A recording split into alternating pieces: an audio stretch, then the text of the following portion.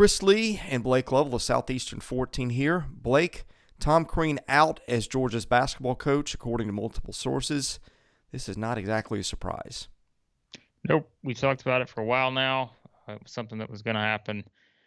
And, it has. And like we said, we won't go too much further into it, as I do expect us to probably pick up a few you Georgia people from this. But, 26 losses, 1-17 in the conference. I said it. They can't go 1-17. It's just not possible to keep your job in year 4 and do that. And so, no surprise for anyone, especially as we talked about in our previous video, the way they lost that Vanderbilt game, there was zero doubt at that point. So yeah, it's if it's not officially official by the time you watch this, it is official. So that is again the least surprising coaching change we will have in the SEC this offseason. And now it's just a matter of looking forward. I tweeted out immediately after some of the reports started coming out the two names that I've talked about, and really one in particular. That will get an interview. I'd be stunned at this point if these two guys are not interviewed. That would be Dennis Gates, head coach of Cleveland State, and then of course Jonas Hayes, former Georgia player, now the associate head coach at Xavier. Those two will be in the mix. Again, I would be, unless we know how coaching searches work. Unless you just all of a sudden someone comes out of somewhere that you're just never expecting, and maybe it's a better candidate than you would perceive these two to be. Then I think that's the only scenario where these two are not somewhat firmly in the mix there as Georgia's next coach. As Dennis Gates' agent, how do you feel about your client potentially getting that job? It's so funny, isn't it? Because I'll be honest with you, like initially I'm trying to connect some dots, and it's just one of those things where, look, it makes too much sense. And I think that the only hesitation, and this was discussed, I think we may have discussed this in one of the Twitter spaces, is Leonard Hamilton is 73, I think. And so would it surprise me if Leonard Hamilton wanted Dennis Gates as his successor at Florida State? Absolutely not. Because again, is Leonard Hamilton going to coach till he's 80? Probably not. So, but I think if you're Dennis Gates, there's no way this is going to be the hottest I think you'll be this offseason. And so he's going to get a lot of money thrown at him. We talked about the possibilities. I think there's certainly two possibilities, and what do you know? They all interconnect with the Georgia Bulldogs. Whether for Dennis Gates, that's Georgia, whether that's Cal, where he played as a player. Mark Fox is, of course, the coach there, so that would be kind of a full circle type thing. But everything is, I think, for Dennis, as I said, if you've watched our videos before, you know what I'm going to say. Dennis Gates, to me, one of the most impressive guys for someone as the age of 42 in this business that I've ever talked to. And I think that he is someone who, like, it's the little things too, right? It's just, this guy is just totally, like, he gets it. He has it and he gets it. And I think those are two things that are very important. Great at, I think, the communication part of dealing with college athletes, which sometimes I think there can be that gap. Like we've always talked about that, right? With certain coaches, where it's just sometimes there's that gap in terms of how can you connect with the college athlete to, let's say in this era, keep them at your program, not allow get them to transfer, make them want to come back. And we know too, right? Like that's one of the things that hurt Georgia was, look at how many players left. And it's just one of those things where I think Dennis Gates, he has everything you need. And I've told you this and you repeated it on the last video. Pick any team in the SEC, and people are going to laugh at this. It's like if Rick Barnes walked tomorrow and said, "I'm retiring," I'm not. By the way, I'm not reporting that. He's not. I would say I'd interview Dennis Gates. Not saying you make him your hire, but I'd interview him. I'd interview this guy if I'm anyone in the SEC because I think he's that good. And so I just think he's someone that has so much positive momentum in the coaching circles that it will probably be hard for Georgia to ignore. At least, like I said, I'm not saying he's going to be the next coach of Georgia, but it's going to be hard to ignore the possibility of just giving this guy an interview. And so I think that's something to look at. So, okay, we've got Gates, we've got Jonas Hayes. I've heard Andy Kennedy's name potentially pop up. Give me some other guys out there on the periphery. Yeah, I mean, everyone's talking about these odds. What is it? I think Sportsline put out the odds for Georgia's next coach, and everyone's having fun with this group. Frank Martin is, I think, the fourth guy on that list. We know how difficult that can be in that scenario. I look, you've heard me say it, Chris, for what, a month now. I'm like, don't be surprised if there's a split there between Frank Martin and South Carolina, but not based on the job Frank Martin has done. It would be if Frank Martin wants Miami. to leave. I think that's more of the, well, and we saw Larinaga just got a contract, so clearly that's not something that's going to happen. So I think that's one of those things. To me, it's not a South Carolina's not going to make that move. I'd be stunned if they did, based on how well they finished the season. Now, again, they're probably not going to get the NCAA tournament, but I just don't see it. I don't see Georgia going that route. Some of the other ones that I've seen on the odds makers list, again, Ben Howland, it's not going to happen. I mean, it's just I don't even know why he's on the list. That's not a knock on Howland. It's just I'm telling you right now, he's not going to be the next head coach at Georgia. I'd be stunned if that was the case. Rob Lanier is one that I think is interesting, and someone had brought him up a while back. He is on the sports line list. Again, I'm just telling you guys this because literally this is one of those things where at this point you kind of just you connect a lot of dots to see who could be in play because we have no idea who's in play, like, right, because this firing just became official. Now, does Georgia have some idea before they made this firing of what route they were going to go? Absolutely not, publicly, but they had an idea of what route they're going to go in. But Rob Lanier is an interesting one because what Rob Lanier is, I mean, look, he's a former Rick Barnes assistant. He is a good recruiter. There's a lot of positive momentum behind Rob Lanier too. He's another guy I think that really sort of has, reinvigorated himself now as a head coach, which of course he's the head coach at Georgia State. And I think there's a lot of people that respect him and also, recruiting wise. I mean, hey, he was a big part of getting players to Tennessee. They've still been able to get guys there, but Rob Lanier is a big part of that. So he's been in Georgia now, knows the area. Could he get an interview?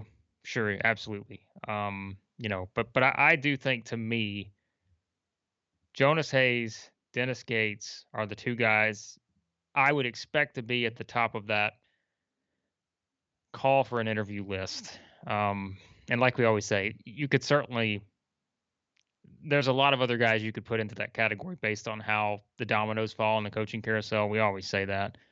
We mentioned Andy Kennedy before, right? I mean, Andy Kennedy's an interesting name. I think he is someone that I've told you, and I think that, he could be back in the SEC within the next couple of years. I thought that going into this season. He's having success at UAB. Now, it is one of those things where UAB is making the jump to what is it? They're making the jump to the AAC. Is that right? I think so. So they're jumping to the American. So that raises the profile a little bit of UAB to where, that becomes a better job just by nature of moving up conferences. So, for him, is that the best place? And could Andy Kennedy take an interview at Georgia and then get a big raise at UAB? Absolutely. So those are the kind of things that I think are going to be really interesting here. But I'd be surprised if there's not a clear 1-2 to start, and I do think it's Dennis Gates and Jonas Hayes. Did I say Dennis Gates and Jonas Hayes? Or did I say Dennis Hayes again? I do this all the time. You're It's getting like 2 for 1, Georgia. I'm trying to give you both of them. I don't think that's going to happen, although I assume it's a possibility. I don't think it's going to happen. But yeah, I mean, Jonas Hayes, I don't think I said a whole lot about him, but former player, like I mentioned. Let's just sum it up in this: whoever the next coach is, if you cannot recruit the Georgia area, that's going to be a problem. Like, that to me is going to be a non-negotiable in this whole thing. If you're going to be hired as the head coach, you better have some way to recruit the Georgia area effectively. And I think that's what is appealing about Hayes. And I also think that's what's appealing about Hayes because of the connections and because he knows the area. He's proven this before. But I also think it's what's appealing about Gates because Gates is he is just terrific in terms of going out. I mean, he built his program at Cleveland State off of some JUCO guys just going out and getting them, and they turned out to just be superstars, right? I mean, some of these guys are just so talented. And I think that's where you and I talked about this. I mean, this is a program that is going to have to be built from the ground up. Like, there's not a whole right. What do you say about a team that just went 6-26 and went 1-17? You know there are going to be players that transfer, so you're kind of going to have to come in and do a complete overhaul quickly. And that's why I think, to me, Gates is so appealing. I know it's Cleveland State. It's not Georgia. Different conferences. Horizon League's not the SEC, but he did that like at Cleveland State to where he took a program that had nothing. Like he barely had anyone on the roster, and he just completely overhauled it to where they have been right there at the top in what, 2 of his 3 years now as the coach? I think that's right. I mean, it's just it's a remarkable turnaround, and I don't care what league you're in, that's a hard thing to do. So, I know this has turned into the Dennis Gates Power Hour, but I'm just telling you that I think that there's a reason why I think he'll be in the mix at Georgia, and it's not just based on my opinion of his coaching. I think it's a lot of others people's opinion of his coaching, and I think that's why he will be on the radar there. Okay, I've got 2 big topics I want us to hit here. I'll ask you the one first that I think you're going to more enjoy answering. Okay. You got some vacancies other places. Mm-hmm. And I'm not going to like Duke. I don't know if that's – well, they've already got a new coach. Okay, let me start with the ones that are in the ballpark or maybe a little bigger. Kansas State, Bruce Weber stepped down today. You got Maryland, where Danny Manning is the interim. I have not, to be honest, followed that job to see if he's got a chance at getting the real job. I would presume not, since they're not going to the NCAAs. And he just had his turn on the wheel at Wake. You've got, let's see, that's about it so far. I mean, we could anticipate other vacancies. I mean, there's some we could talk about in the SEC. You mentioned Cal. And I'm sure they're just, I sit here and talk about the SEC every day, so I'm not scoping the rest of the country as much as you are. But I'm just curious, Georgia getting an early-ish start on its coaching vacancy, I guess, compared to a lot. What other dominoes do you anticipate falling elsewhere that could impact this search, or what other jobs you think could be maybe an obstacle to Georgia getting whoever it is that it wants? Yeah, that's I think that's always the mystery to me, because I think it becomes, how do you perceive Georgia basketball where it stands right now, right? And like I think that's, to me, is I am more curious about that, because I'm not sure what this looks like from the outside. Well, I can tell you what it looks like from the outside. It looks like a program that just won 6 games in a power conference and set, what was it, the record for 26 losses was what? I mean, that's some kind of record, wasn't it? Probably. So I mean, that I think is what you look at. But Although, here's the deal. It wasn't the worst record in the Power 5 this year. Oregon State won 3 games. Yeah, well, yeah. So I mean, and they were in the Elite Eight last year. Think about that. I know. Right? Didn't they? Yeah, it comes at you the fast. Final Four, did they? No, they got to the Elite Eight. Okay, it all runs together. I say that a lot, but it does. So people will see that aspect of it, but I think people will also see the recruiting. And we've always said that. How many times have we said this about if you're looking from the outside and you look at some of these jobs, right? Kansas State, let's just say, I'm just taking the random, because these are ones we know. Kansas State versus Georgia. Which one are you taking? Kansas State. See, I think it's tough, because I think okay. Let me interject something here. I think this is there aren't a lot of jobs where it's the glass is half empty or the glass is half full more than this one, because on one hand it's the recruiting base, it's tremendous. You don't have the pressure to win like you do because football's got all that. So there's a little less of a microscope, if that's your thing. And I think most coaches probably would appreciate that. But then it's also the history, okay? Now, Georgia has been to a Final Four. It's been, 83, I think? It's been a while. I mean, it's Sweet 16's been, 20-something years ago? Maybe. Wow. last tournament appearance. I think every team in the conference has been to the tournament since Georgia. Every year I go to the SEC tournament, there's jokes about how few Georgia fans show up, and even that they take pride in not showing up almost. So, I mean, there's reasons to like it, but there's also reasons not to, and there's history suggests this is a job where you, within the league against your peers, you lose more than you win. Now, I'm not saying it has to be that way, and I will stand by what I have always said. There is nothing more important about your program, probably including the name on your jersey, unless it's Duke or Carolina or somebody or Kentucky. And even then, like you've seen, Kentucky had a rough patch, 15 years ago for a couple years. And it's getting the right coach. I mean, you see programs that are awful that get a coach and they start winning. And so, I think I'm going to take the half full on this for that reason, that if you get the right guy, and it only takes one, who your coach is, and not a consensus of what people think of the job. It's, does the person say yes? But it's, boy, there's room for a wide range of opinions on this one. Agreed. I mean, and I think that's going to be interesting. And I think that's the perception, right? Is how do you look at this? Because we always say too with coaches, there's two things that drive. Well, there's more, but there's two big things that drive coaches. Competitiveness. You want to go somewhere and prove that you're the best, right? Like, I think that's something that will drive coaches. And what else drives it? Very easy. Money. Like, money will drive this, whether anyone's going to say that or not. Money, competitiveness will drive you. And that's why I think you look at some of these guys that have taken some of these jobs where it's like, how did the SEC's coaching roster become as stacked as it did? Because one, those teams, those programs, schools, whatever, put the money in there. And then these coaches also, again, are guys who want to prove that they want to be at the top. Like, they want to prove that they can get their team to the top. Well, why else would you coach if you don't want to win every game and win a championship and do something maybe that's never been done at a school before?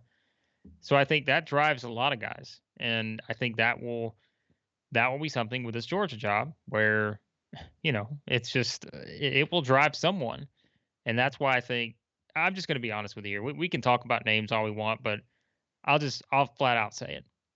I would be stunned if it gets past Dennis Gates or Jonas Hayes. I think it's one of the two. If I had to pull that bet right now, like I said, we were talking about the Sportsline article and all this, I'd put everything I had on one of those two.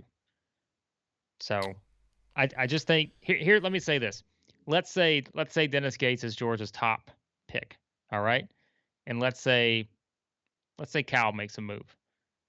Then that becomes a more difficult conversation for Gates, right? Because he played at Cal. Let's go back to Cal. Let's bring this program. You know what I mean? That's one of those things we just talked about. And Cal will probably shell out the money.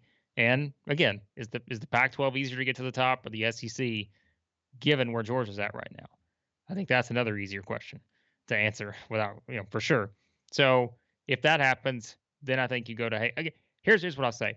I can't envision a scenario where Jonas Hayes turns down the job unless he gets that and just says, "Ooh, things here are not," you know what I mean? Unless he just looks at this and realizes that even I, someone who is an alum and can recruit the area and knows the SEC, even I think this could be a chore, and I could be doing the same thing Tom Crean did, in 4 years.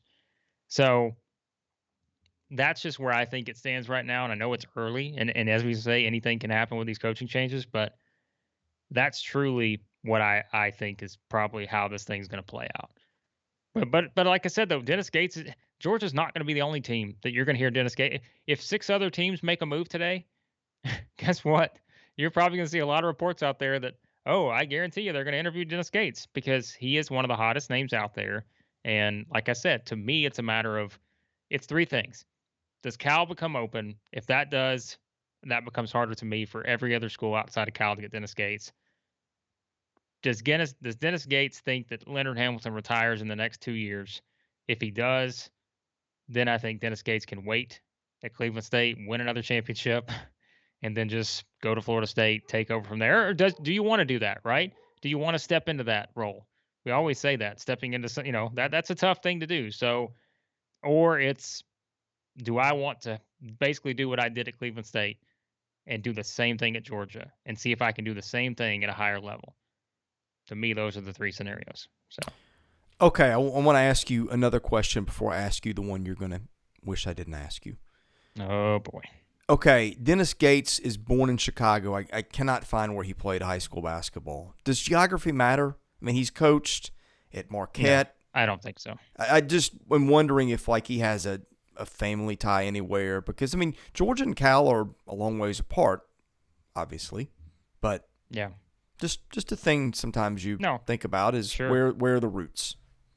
Sure. I think that's absolutely something. And that's what we always have to remember here is, like I said, and that's why I said at the end what I said about Dennis Gates. I think he is someone that, you know, is going to be mentioned for every job until either he says I'm staying at Cleveland State or I'm taking another job, right? So I think that's something too. My dog is going crazy outside. He's calling the Bulldogs or something right now He because wants Dennis he is Gates to come home quickly. clearly he does. I mean, he is losing his mind right now. We've done this. How many videos we've done? I've never heard him go off like this before. You've So heard mine go off like that before. yeah, but I mean, this guy out here is just, he must want Dennis Gates bad. So, um, all right. So there you go. What's the question you think I don't want to answer? Well, okay, look, NIL is a big deal in college football, and gonna be a big deal in college basketball at the bigger programs. We know about the whole FBI thing. We rewound the Merrill Code thing. I think most people know that blue chip recruits do not play for free in a lot of places, and we'll just leave it at that. But now you can do those things legally with NIL. That's a booster base, I think, that's pretty energized in terms of football that way. I'm just curious, is there an appetite or enough leftovers for basketball if that becomes an issue? To me, that's on Georgia. Yes, but I'm asking you No, you're what right. your Yeah. perception is of that. Right. No, and I was gonna say that I think when they hired Tom Crean, they showed that they were right because I mean that's let's be honest here. I know there are going to be some people say, oh well, I knew it would never work. It was never going to work. I No, you can't say didn't. that, man. I cannot say that at all because of what was available at the time and what you could realistically get. Man, I just don't know how. I mean, again, yes, I'm sure now that if I think back, there were other options, but I mean, it's like I think it's just one that it just didn't work out for whatever reason. So that's a good question, and I don't know the answer to that because I think it's they have the resources, they have the financial resources. Do you just rest on it being football, right? And I don't think so because I think the challenge, the gauntlet has been laid down on the SEC now, where you realize what can happen if you don't, right? If you're not in the good spot, you can do what Georgia did this year, and even if they don't, care about basketball, which I think they do, I know fans do. Um, it's still something that's just I don't know, man. It's an interesting question though. There's no doubt. I thought you were really going to hate me for asking that one. No, I mean it's a fair question because I think it's a fair question for sure. So Any other variables in this coaching search that we need to address that we have not? I mean, not right now. I think it's like I said, it's just my dog is losing his mind. Like if it's Dennis Gates, I'm telling you, my dog's going to be the one making. Maybe the your hire here. dog knows and he's trying to tell us. I mean, he is losing it outside. But that is true. If anyone speaks dog, please let me know because he may have the answer and we may just be spinning our wheels right here. But I don't really have anything else to add right now because I think, like I said, I'm pretty sold on two guys that will be at the top of the list. Where things go, if it goes beyond that, I think we're all playing a guessing game right now. I mean, Matt McMahon's, I know another name I've seen out there. Mm-hmm. Same thing. It's going to be similar to what you see with Dennis Gates. Not in every scenario, but Matt McMahon's done a really good job at Murray State. He will be on a lot of radar. And again, he's another one that's very well respected in coaching circles. There will probably be guys behind the scenes that would push for someone like him because, they do. I think for whatever reason, I never thought it was – there were some people who thought, well, he just had John Morant, so – whatever. But I think Matt McMahon's proven now that John Morant's been in the league for a few years, hasn't he? And Matt McMahon's having some success at Murray State. So he's another one that will certainly be there on a lot of lists. We've thrown around other names before, Bob Ritchie, guys like that are out there. But I'm pretty sold on who the top guys here based on talking to people and just having a pretty good understanding. I mean, Anthony Grant's another one I've heard out there. I don't think that's the fit, but at Georgia. But again, would Anthony Grant want to come back to the SEC? Sure, but I don't know if that's going to happen this year. So. Two more quick things, but first a word from our sponsor, Stakes. Would you like to wager on sports and win NFTs without risking any money? Sounds good, too good to be true, right? Well, it's not. Stakes is the wagering app that's casual, social, made for all sports fans. Whether it's by yourself or with friends, experience the thrill of sports betting without needing to worry about losing your hard-earned money. Sign up, use our code Southeastern14. Join the thousands of other sports fans playing with Stakes. And yes, it's very cool. I've been on there playing around a little bit the last few days. Okay, you mentioned Matt McMahon. Tennessee's a name I've heard with him. Of course, Rick Barnes is not retiring now, has no plans to retire right now, but I'm just curious, if his name comes up, how much is he thinking in the back of his head? Rick Barnes is not going to be coaching there forever. Sure. I mean, I know this is the needle in the haystack. I get it, but you brought it up. Yeah, I mean, sure. Like it could happen. Sure, it could. He's from where? Matt McMahon's from. I think he's from that area. Yeah, he's an Oak Ridge boy. Yep. Not the band, but they would be a little old for that job. Yeah. So I saw one of them at a wedding. True story. Over Christmas. Sure did.